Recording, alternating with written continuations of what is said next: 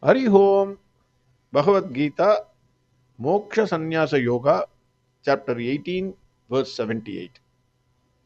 In the last verse, Sanjaya said, remembering the wonderful cosmic form of Hari again and again, O Rajan, I rejoice again and again.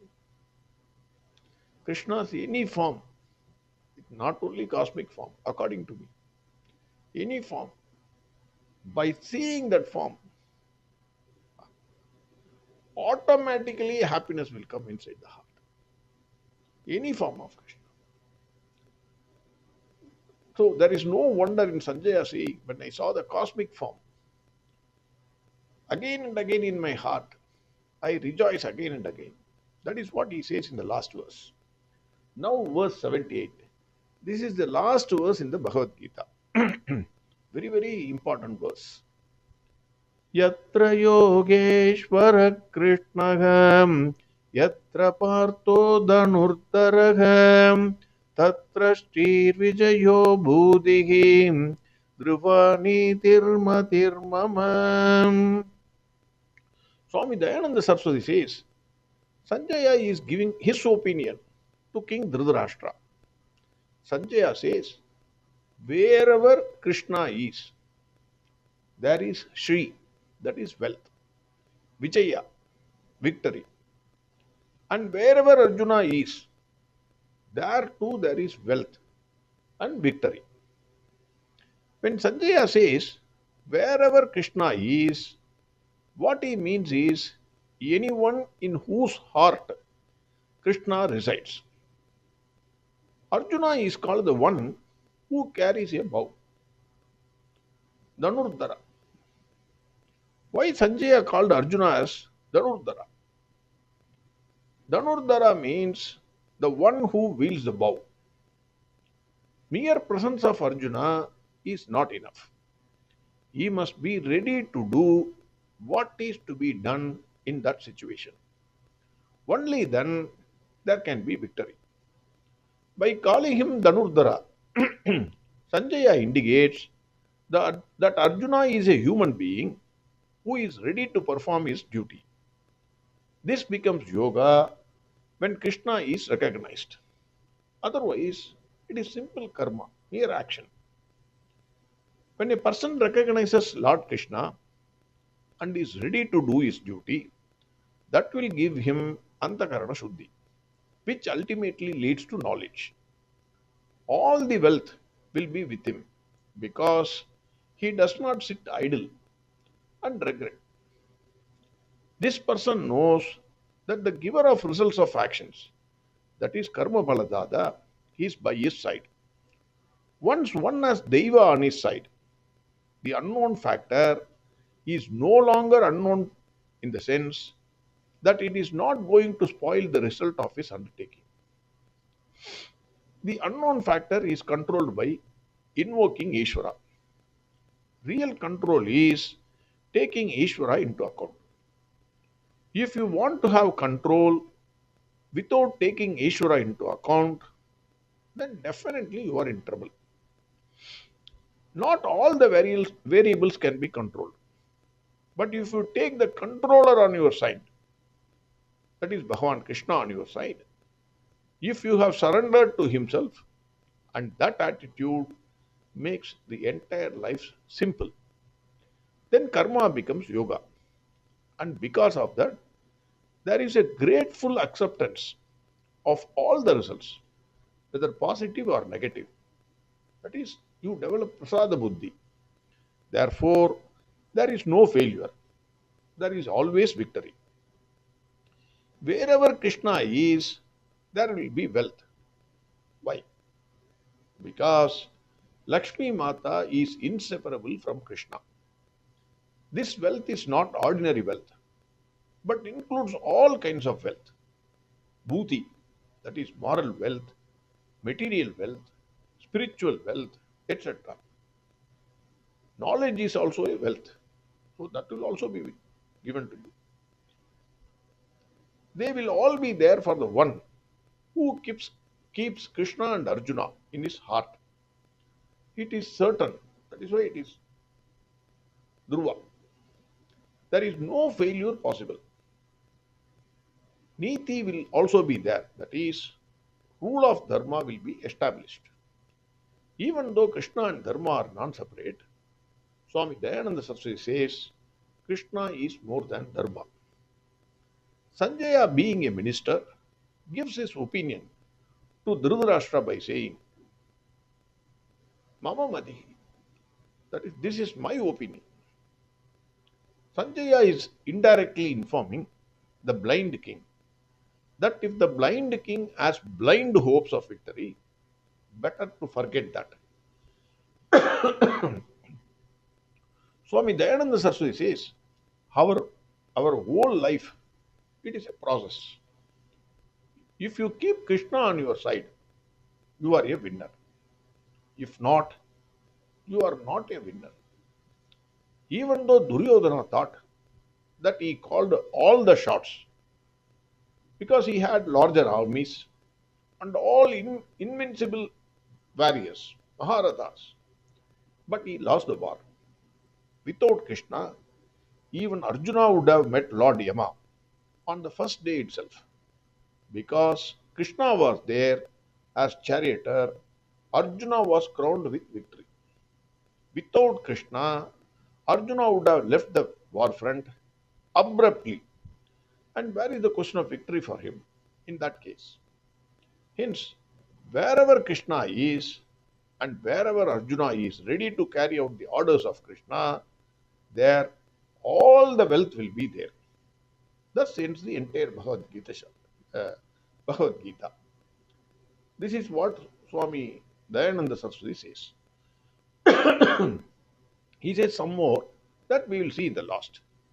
Swami Chinmayananda says, Sanjaya is saying in this verse, where there is Krishna, the Lord of Yoga, and Arjuna, ready with his bow, there Shri, that is prosperity, Vijaya, success, Bhuti, glory, Dhruvaniti, that is Dhruvaniti, that is sound and firm policy will be there.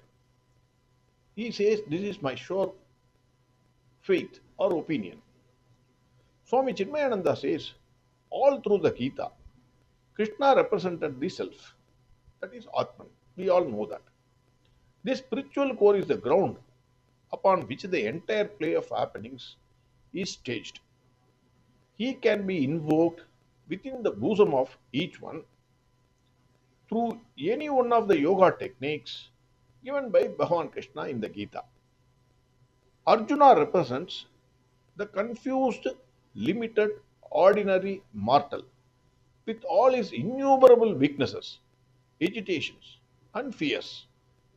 When he has thrown down his instrument of effort and achievement, that is the bow, and has reclined to impotent idleness, no doubt there is no hope for any success or prosperity.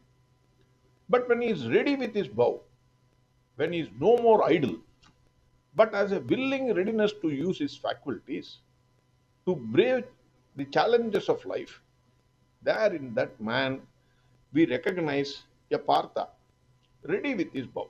It is ready to put effort, shedding the idleness, ready to work hard.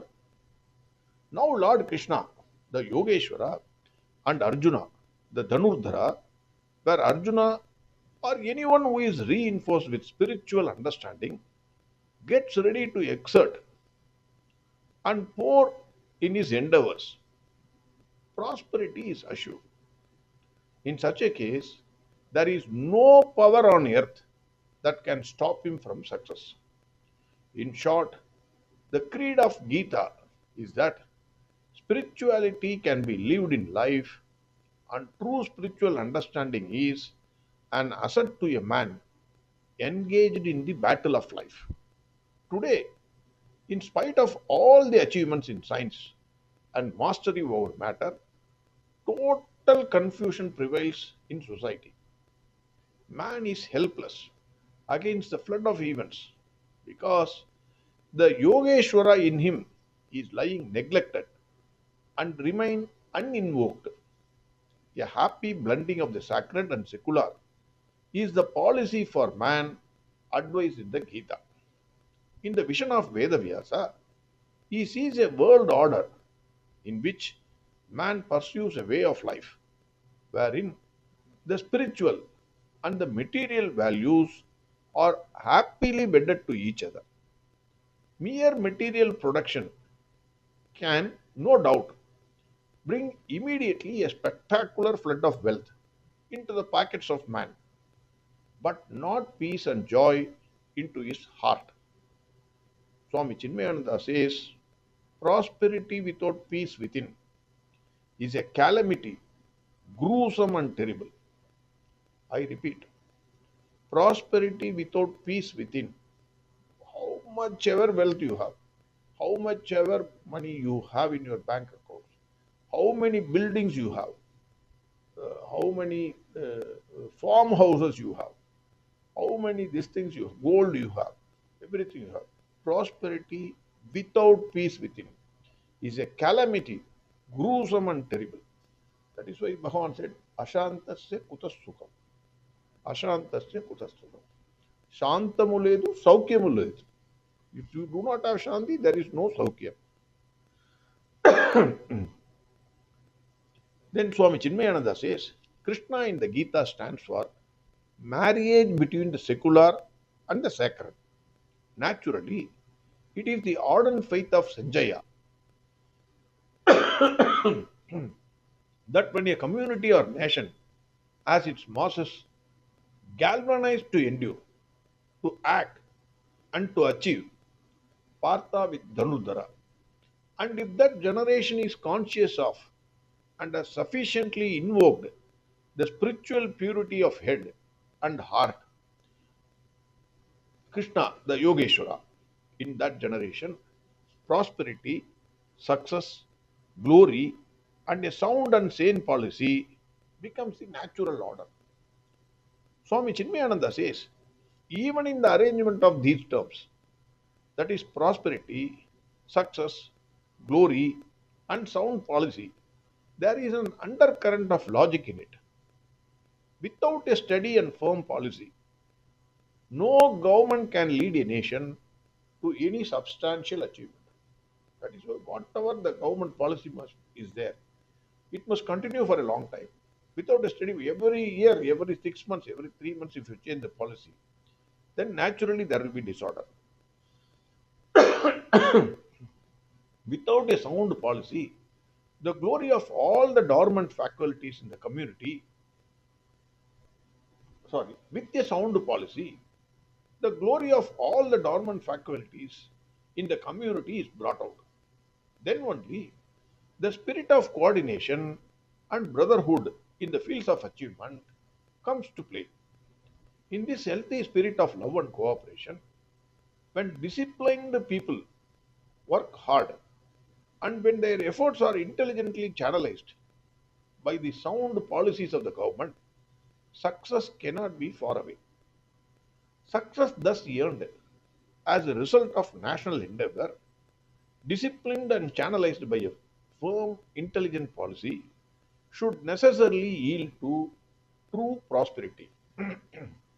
Swami Chinmayananda says, a saner philosophy we cannot find even in the modern political thought.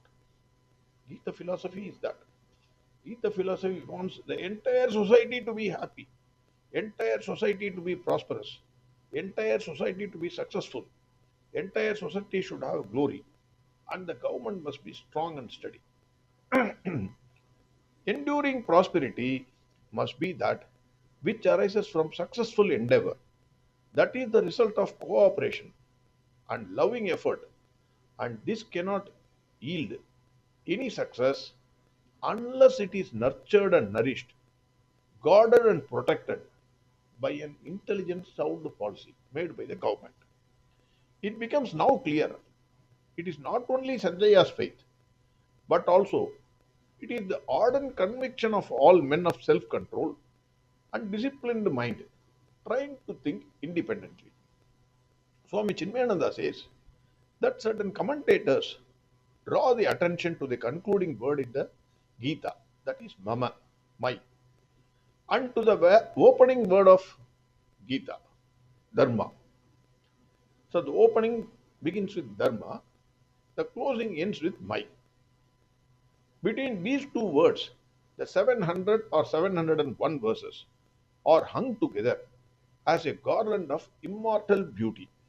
And so these commentators summarize the meaning of the Gita as My Dharma, that is Mama Dharma. Gita explains the nature of man, My Dharma, and the nature of truth, My Dharma, and how the true life starts when these two are in harmony and to and come to play in one single individual. The ideal nature of all true students of Gita, therefore, should be a glorious synthesis of both the spiritual knowledge expressed in their equipoise and character and the dynamic love expressed through their service to mankind and their readiness to sacrifice. Thus, in the Upanishads of the glorious Bhagavad Gita, in the science of the eternal, in the scripture of yoga, in the dialogue between Bhagavan Krishna and Arjuna, the 18th discourse ends entitled The Yoga of Liberation Through Renunciation. Swami Chinmayananda says this closing chapter is entitled as Liberation Through Renunciation, that is Moksha Sannyasa Yoga. This term is very closely reminiscent of the definition of yoga given by Krishna himself. To renounce the false values of life in us is at once to rediscover the divine nature in each one of us, which is the essential heritage of man. I repeat, to renounce the false values of life in us is at once to rediscover the divine nature in each one of us, which is the essential heritage of men. Dr. Radhakrishnan says the teaching of the Gita is yoga, and the teacher is no other than Yogeshwara himself. When the human soul becomes enlightened and united with the divine, fortune and victory, welfare and morality are assured. We are called upon to unite vision, that is yoga, and energy, dhanu, and not allow the former to degenerate into madness or the latter into savagery. Spiritual vision and social service should go together. The double purpose of human life, personal perfection and social efficiency, is indicated here. Dr. Radhakrishnan quotes Plato, who said that there would be no good government in the world until philosophers became kings. What he meant was human perfection was a sort of marriage between high thought and just action. This, according to Gita, must be forever the aim of man. So, high thought and just action, both should be combined. That is what Dr. Radhakrishnan says. Om Tat Sat Idi Srimad Bhagavad Gita Su Upanishatsu Brahma Vidyayam Yoga Satre Shri Krishna Arjuna Samvade Moksha Sannyasa Yogo Nama Attadashodhyayagam. Swami Dayananda Saraswati says, we thus conclude with Om Tat Sat. Om is everything, and that alone is Satya. In the epic of 10,000 verses of Mahabharata, written by Vyasa in the Bhishma Parva, in this section called Bhagavad Gita, which enjoys the status of an Upanishad because its subject matter is the knowledge of Brahman, Brahma Vidya, and which is also a Yoga Shastra. In the dialogue that took place between Sri Krishna and Arjuna, in this chapter called Moksha Sannyasa, the renunciation, that is the renunciation of all activities by giving up the sense of doership in freedom. Many things were told in this Shastra, but predominantly renunciation of all actions. Sarva Karma Sannyasa was pointed out, and thus the last chapter is likely called Moksha Sannyasa Yoga. This is the uh, end of Bhagavad Gita. So again we will chant that mantra. Uh, यत्र योगेश्वर कृष्णः यत्र पार्थो धनुर्धरः तत्र श्रीर्विजयो भूतिः Dhruva नीतिर्मतिर्मम. There is a prayer for Adi Shankara also. Idi Srimat Paramahamsa Parivrajakaacharya Govinda Bhagavat Pujya Pada Shishya Srimat Acharya Shankara Bhagavadaha Krutau Shri Bhagavad Gita Bhashye Moksha Sannyasa Yogo Nama Attadashodhyayaha. Thus ends the entire Gita Shastra. Swami Dayananda Saraswati says that generally when we complete a book like this, we repeat the first verse so that we start all over again. This is to indicate that the study is a continuous study, study for lifetime. In fact, in fact,